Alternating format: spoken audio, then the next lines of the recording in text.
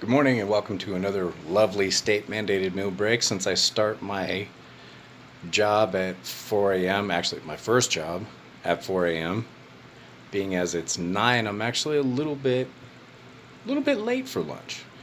Anyway, today, while I normally try to keep my videos short, this one is going to be a bit longer because it requires some discussion. And please, anybody who sees this, chime in. I welcome other people's opinions. I'm going to go ahead and puke mine up though. Okay. One of the most controversial subjects apparently in the whole wide world is people's ability to own guns. And in that vein, I wanted to say a quick hi to Marie. She's from Ontario. She is my first international sub. Thank you. That's awesome. It's good to meet you. Okay.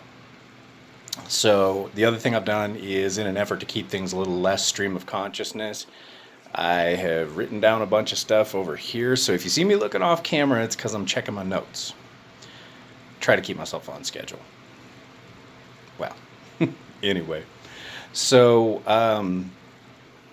I had an interaction with another user at True Crime Daily, and it was on a video that was about a Minnesota woman who was a mother of four who survived a really serious domestic abuse and stalking situation that ended up with her being kidnapped and beaten for, yeah, basically this guy just beat the snot out of her for 48 hours.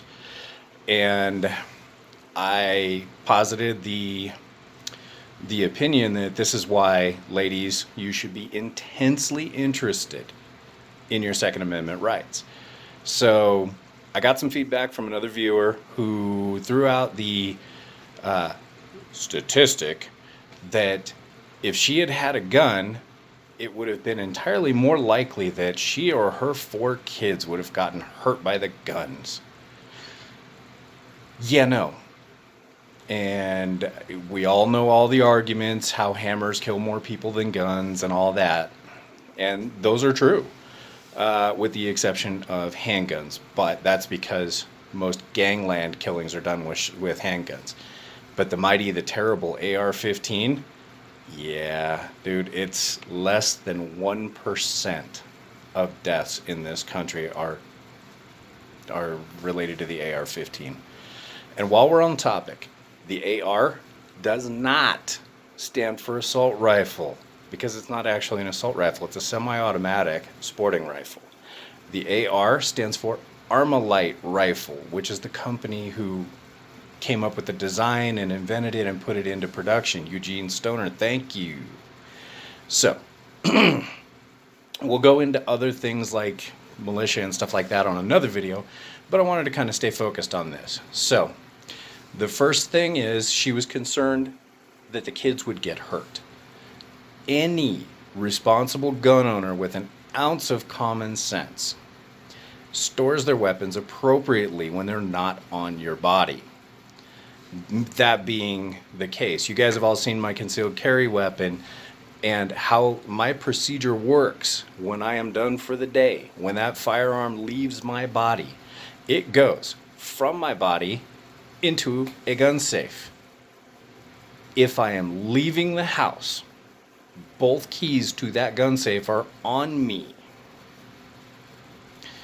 So, that's part of being a responsible gun owner. The other portion is teaching your kids. Don't make it a mystery that they want to explore. Make sure they're safe. Don't give a 3-year-old a weapon and tell them to go shoot. No, that's not what I'm saying at all. What I'm saying is kids like to touch things. They like to explore things. They're very tactile. They're very curious. That's what they do. So, don't make it a mystery. So don't engage their curiosity when you're not there to control the situation.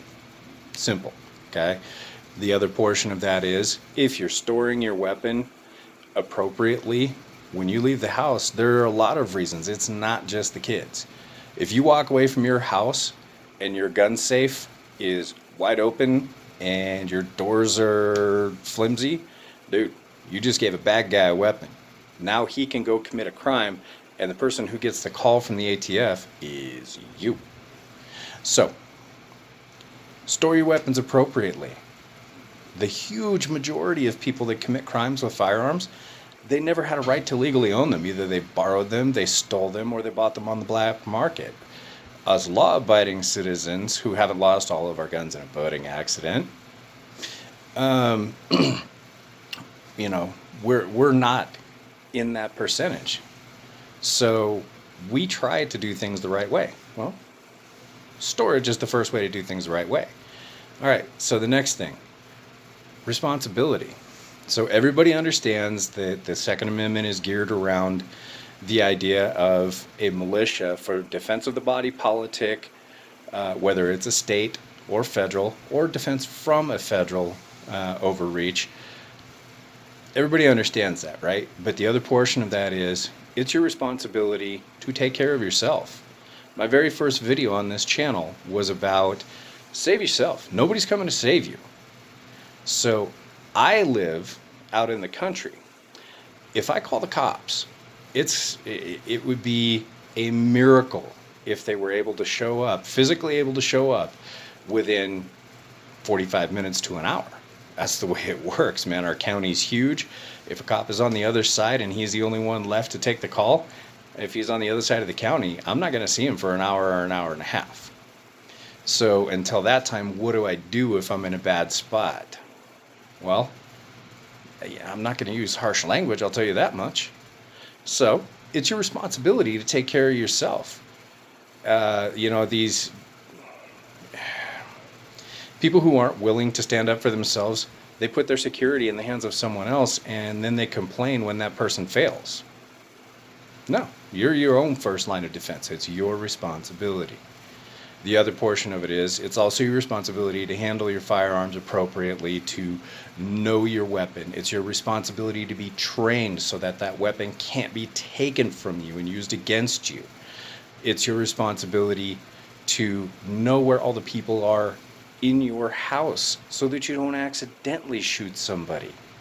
You have to adjust fire, man. That's not, you don't just unleash inside a house and hope your kids have crawled under their bed. You have to have a procedure, a plan in place for that. If the front door gets kicked in the middle of the night, everybody should XYZ, do this, go here. But you, as the firearm owner and the defender, need to know that. And your kids, your wife, whoever, they need to know. There has to be an execution of action immediately. Okay? So, that's the other thing. Now, this poor lady on this video, she even said it. She said, abusive relationships are just the norm for me. That's what I grew up seeing. That's what I was raised around. So this didn't seem that odd to me, that he was stalking her, that he would beat her, that he would steal her phone, that he would show up random places, that he would call her coworkers. Dude, not normal. Now, she didn't know that. So, we're on to the next thing. Your examples to your family at home are important. They're meaningful. As a dad, especially, I can speak for a lot of ladies being the more nurturing portion of the species, but that isn't always the case. And ladies, your portion of the equation is to never let a man lay hands on you, because that sets the stage for what your daughter views as normal. Now, as a dad, from my side of the coin, it's my job to show my daughter how a man should treat a woman in the home. Period. That's my job. So that if anybody does anything outside of that, she understands that it's not normal. Okay, that's part of it. The other thing that we need to do as parents, and you need to work with your partner in order to do this, thankfully I'm blessed with an amazing lady. Dana, that's you. You need to do things for your daughters, actually for all your kids, but daughters specifically in relation to this. You need to make sure that they're all about their education. That's one thing, so that they will have the ability to make money for themselves. The next thing is, Tayan, I know that you loved it. Martial arts. Get your daughters into martial arts. It doesn't matter if they're highly practical martial arts like Krav Maga or something a little more showy like Tang Soo Do, which is what she's been into. Those things build confidence, physical fitness, a good moral foundation if you have the right school, all of those things. So it not only gives them the physical ability to defend themselves, it also gives them the mental ability to have that will to act, to understand that when things get sideways, there is a line in the sand. A man should never put their hands on him. Sorry, man. Maybe I'm old school, but no. So, so in that vein, what you've given them is you've given them the confidence, you've given them the skills. Then you have, you know, the other things that dad can do is like build or work on a car with his daughter, show her how, so that she doesn't ever have to have a man in her life to do those things for her. It is my contention that a woman should be in a position mentally, emotionally, and financially that a man in her life should be there at her behest. She should never actually need him, which that means if she could change her own oil and belts and hoses, that goes a long ways. Then a guy can't say, well, you can't get rid of me. You can't even fix your own car. She can say, yeah, I can. And there's the door, jackass. So the education aspect of it, she can make her own money. Beautiful. Beautiful. That's the way it should go. Then we circle back around after she has all of the ability to make her own money. She has an education. She knows how to work on her car. She has some skills for self-defense and survival. You need to kind of build that in so that she understands how to survive in the natural world as well. But then you give her, after all of that moral background, skills, and confidence, then you can give her a firearm and explain her rights and get her all the education and training you can possibly lay your hands on. So we're back around to her Second Amendment rights. If all else fails and this guy won't go away, and in this video he was huge compared to her and would not go away. If all else has failed and you find yourself cornered or being put in a car to be kidnapped and beaten some more, then she can defend herself with lethal force. She will understand that she's done everything right, nothing wrong, done everything she could to make her world correct, and this jerkweed, whoever he is, has screwed it up for her. So, then and only then, you react with deadly force.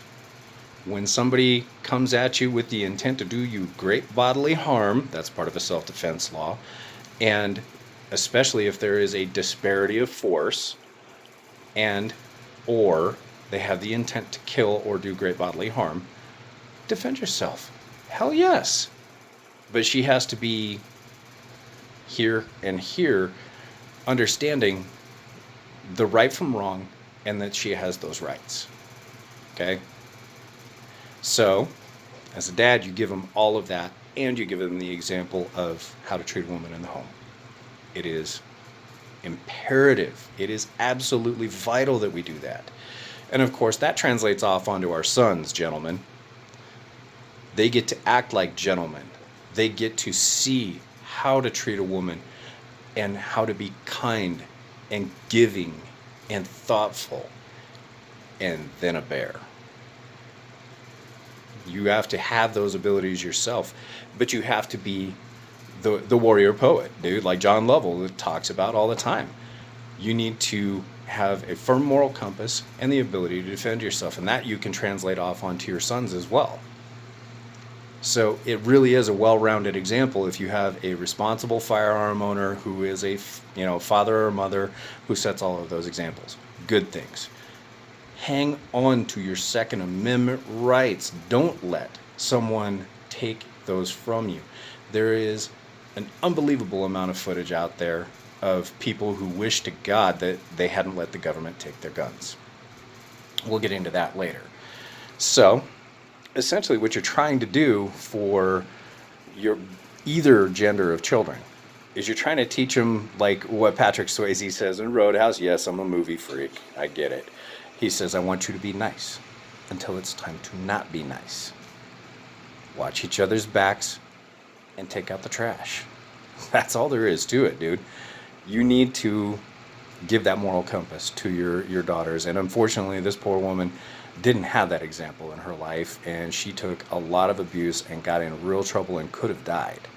So, here's the question I'm going to pose at the end of this video for everybody to posit.